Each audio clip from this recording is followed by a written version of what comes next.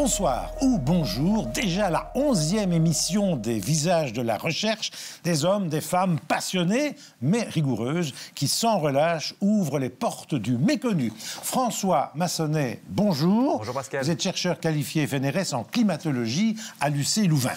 Alors bon, prévoir la météo pour 3 jours, aujourd'hui c'est extraordinaire, on ne rate jamais quelque chose. Vous par contre, c'est pour beaucoup plus loin, des mois, des années.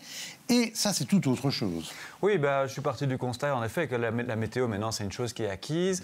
On a par ailleurs des projections climatiques pour la fin du siècle, mais au final, ce dont la société a besoin, c'est de l'information aux échelles de temps qu'on qualifierait d'intermédiaires. Et votre recherche, c'est de trouver les erreurs qui, justement, se glissent dans les modèles climatiques. Voilà, on utilise des modèles climatiques, des modèles numériques au quotidien pour prévoir l'évolution du climat. Ces modèles, ce sont des sortes de grandes casseroles dans lesquelles on met toute notre connaissance physique, chimique, biologique et qui servent à prévoir l'évolution de paramètres comme la température, comme les précipitations neigeuses, comme l'évolution des surfaces de banquise. Mais ces modèles ne sont pas parfaits. Grâce aujourd'hui à l'avènement notamment des capacités de calcul. Des supercalculateurs. Des super ordinateurs qui sont développés en Europe. Et on peut être fier du fait qu'en Europe, on a parmi les supercalculateurs les plus importants au monde. Ces modèles s'améliorent et deviennent capables de simuler des processus physiques à très très petite échelle pour rendre compte, par exemple, d'une tempête, d'un ouragan ou même des d'une tempête ou d'un ouragan terrible dans 5 ans.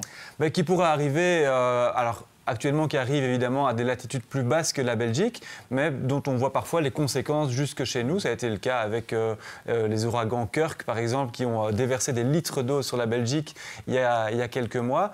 Donc on essaie vraiment d'améliorer ces processus pour améliorer l'information climatique. Et faire en sorte de communiquer cela à toute une série de gens. Je pense aux agriculteurs, par exemple, aux assureurs, etc. Voilà, donc c'est très pratique, finalement. Si on arrive à faire ce qu'on fait avec la météo, mais pour le climat, en fait, on résout les problèmes de pas mal de gens parce qu'on leur donne une forme de certitude sur l'évolution, une sorte de prévisibilité sur l'évolution des paramètres qui sont les rendements agricoles, qui sont l'accessibilité à certaines zones dans les zones arctiques, par exemple. Et donc, on se garantit quelque part une vision plus claire sur l'évolution du monde. Alors, vous étudiez aussi la banquise. Alors, on entend beaucoup de choses sur cette banquise. Cette banquise se rétrécit. On va d'ailleurs voir une image que vous nous avez apportée.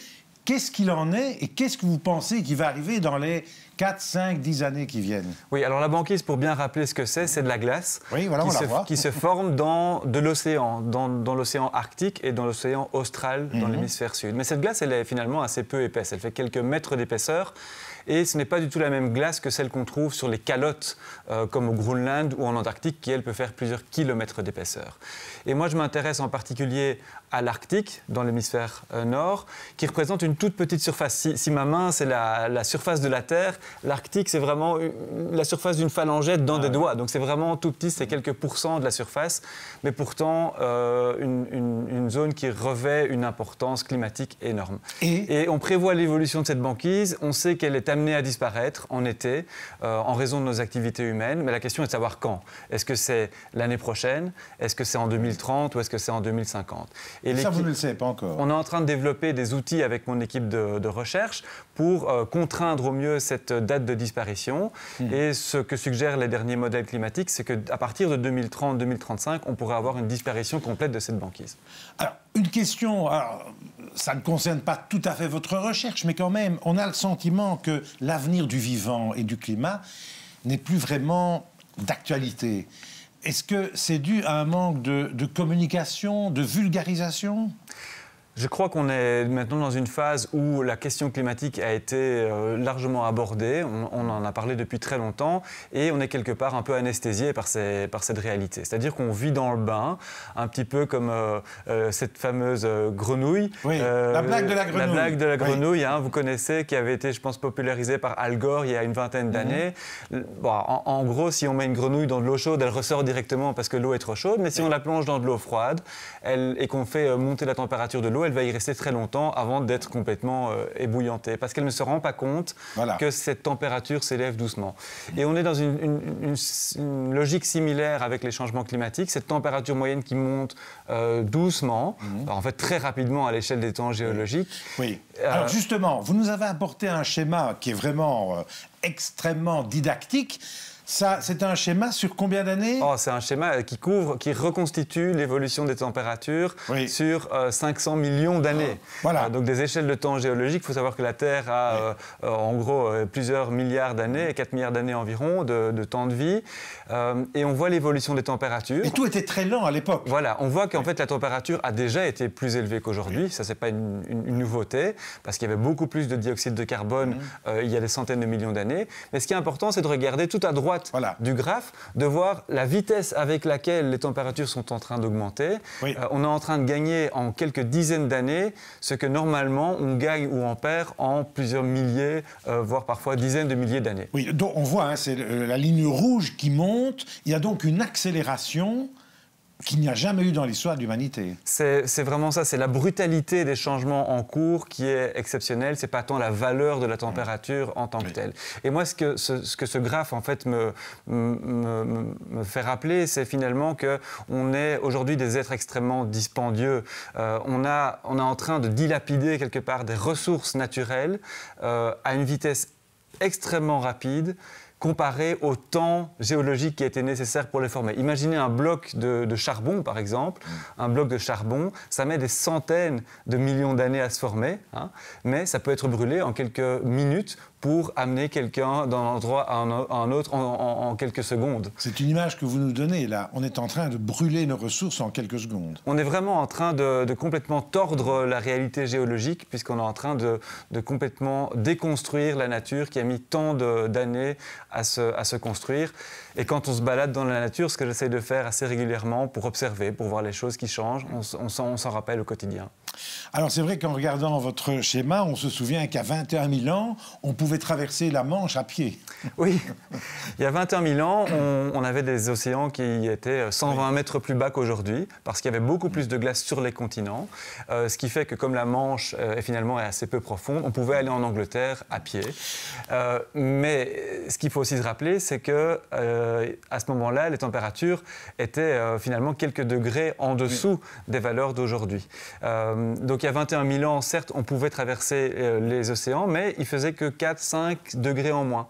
Et quand on voit la configuration de l'Europe à ce moment-là, et qu'on se dit, mais finalement, qu'est-ce que ça va être un monde avec 4 ou 5 degrés en plus, on se dit qu'on va avoir un monde complètement défiguré. Alors, vous faites aussi beaucoup de pédagogie, notamment un musée à Namur, le musée Rops. Ça, c'est extraordinaire. Vous avez demandé à des étudiants de repeindre Rops avec le défi climatique. Oui, alors tout est parti d'un constat. En fait, le constat, c'est que les chiffres, les courbes, les statistiques n'éveillent pas d'émotion chez les gens, pas de peur et n'invitent pas à l'action. Et donc, j'ai collaboré avec le musée provincial Félicien Rops à Namur pour finalement essayer de cartographier ou de peindre ce à quoi aurait pu ressembler le monde tel que vu par un artiste du 19e siècle, mais s'il avait vécu en 2050. Et donc on a revisité avec ses étudiants et avec les conservateurs du musée, on a revisité ces tableaux. Par exemple, un tableau très célèbre qui s'appelle Dinan sous la neige, qui a été repeint, où on voit Dinan sans neige, forcément, puisque la neige est amenée à devenir beaucoup plus rare au cours du siècle, avec des hydroliennes dans la Meuse, qui servent à alimenter la ville, avec des toits verts. Voilà. Des prises de conscience. Dites-moi, quel genre de chercheur êtes-vous? Êtes-vous un militant? Avez-vous une vie ascétique ou au contraire Je suis un chercheur qui n'est pas spécialement dans la militance. Je crois beaucoup à la diffusion des connaissances et à la prise de conscience par l'expérience aussi. C'est pour ça que je tends de plus en plus à essayer de raconter la science sous forme de narratif et plus sous forme de chiffres. Donc typiquement, de raconter à quoi pourrait ressembler une journée en 2050 en se basant sur des gestes du quotidien, le fait que les nuits vont être plus compliquées à gérer, que les déplacements vont être plus compliqués à opérer, parce que je crois de nouveau que la violence ou même la militance en fait ne sont pas toujours des solutions parce qu'elles opposent finalement les gens entre eux. Or, aujourd'hui, ce dont on a besoin, c'est de beaucoup de cohésion sociale pour affronter ces grands défis. Un chercheur aujourd'hui comme vous, parce que vous êtes dans l'actualité climatique, l'actualité du vivant, est-ce que vous avez beaucoup de liberté ? Énormément. Et il faut le souligner aussi, c'est qu'en Belgique, on a des moyens qui sont mis sur la recherche qui sont uniques. Et d'ailleurs, en Europe aussi, on n'est peut-être pas assez fiers de tout ça. Moi, il y a une personne que j'admire énormément qui s'appelle Christiane Taubira, que vous connaissez sans doute, et qui a dit la fierté, c'est une qualité, c'est pas un défaut. On peut être fier en Belgique et on devrait être plus fier d'avoir des moyens de recherche et de la liberté pour faire cette recherche, de la marge de manœuvre qui n'existe pas dans tous les autres pays du monde. Donc aujourd'hui, j'ai cette possibilité de pouvoir parfois, quelques semaines, tester une idée et voir qu'elle ne fonctionne pas. Revenir en arrière, de parler à des collègues, de prendre du temps finalement, de réfléchir. Et c'est ça au final qui fait avancer la recherche fondamentale. Allez, dites-moi, lâchez-vous, quelle est votre utopie pour les 10, 15, 20 années qui viennent dans votre recherche ?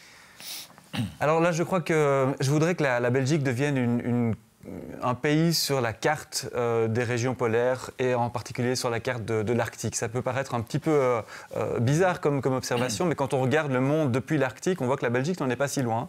Vous savez que la Belgique a un passé sur l'Antarctique avec les premiers explorateurs de Gerlache, les bases Princesse Elisabeth, etc. Mais en Arctique, on est encore un tout petit peu en recul par rapport à ça. Or, la recherche qui est faite en Belgique sur l'Arctique est fondamentale, est très reconnue à l'échelle internationale.